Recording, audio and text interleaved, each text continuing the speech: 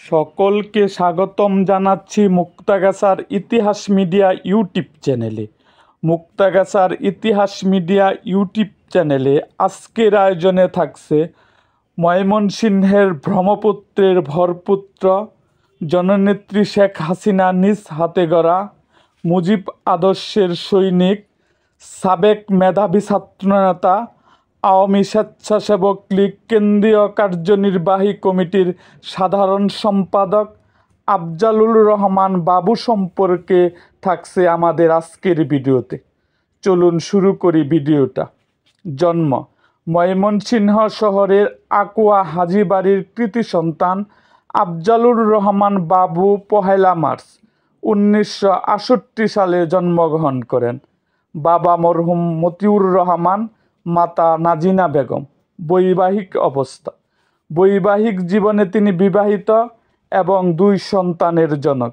স্ত্রীর নাম রেবেকা সুলতানা, ছেলে সিয়াম রহমান, মেয়ে বনলতা রহমান। রাজনৈতিক জীবন 1983 সালে 10ম শ্রেণীর ছাত্র অবস্থায় গভর্নমেন্ট ল্যাবরেটরি স্কুলে ছাত্রলীগের সভাপতি নির্বাচিত হন। 1984 সালে ঢাকা কলেজে ভর্তি হয়ে কলেজ ছাত্রলীগের অবস্থান সুসংগত করতে অগ্রণী ভূমিকা পালন করেন। পরপর 2 বার নির্বাচিত হন কলেজ ছাত্রলীগের সহসভাপতি। ঢাকা বিশ্ববিদ্যালয়ে অধ্যয়নকালে তিনি ছাত্রলীগের বিভিন্ন গুরুত্বপূর্ণ দায়িত্ব পালন করেন। শাহ আলম অসীম কমিটিতে জাতীয় পরিষদ সদস্য, মাইনু ইকবাল কমিটিতে প্রচার সম্পাদক, শামীম পান্না কমিটিতে যুগ্ম সাধারণ সম্পাদক, বাহাদুর অজয় কমিটিতে সহসভাপতি হিসাবে দায়িত্ব পালন করেন আফজালুর রহমান বাবু।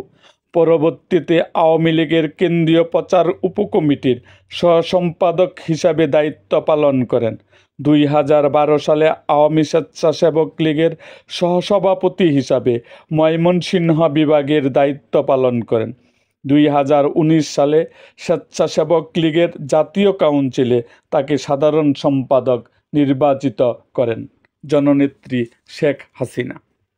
এরকম আরও ভিডিও পেতে এবং রাজনৈতিক অঙ্গনের নানা ঘটনা ও ইতিহাস জানতে আমাদের চ্যানেলটিকে সাবস্ক্রাইব করুন এবং পাশে থাকা বেল আইকনটি বাজিয়ে দিন।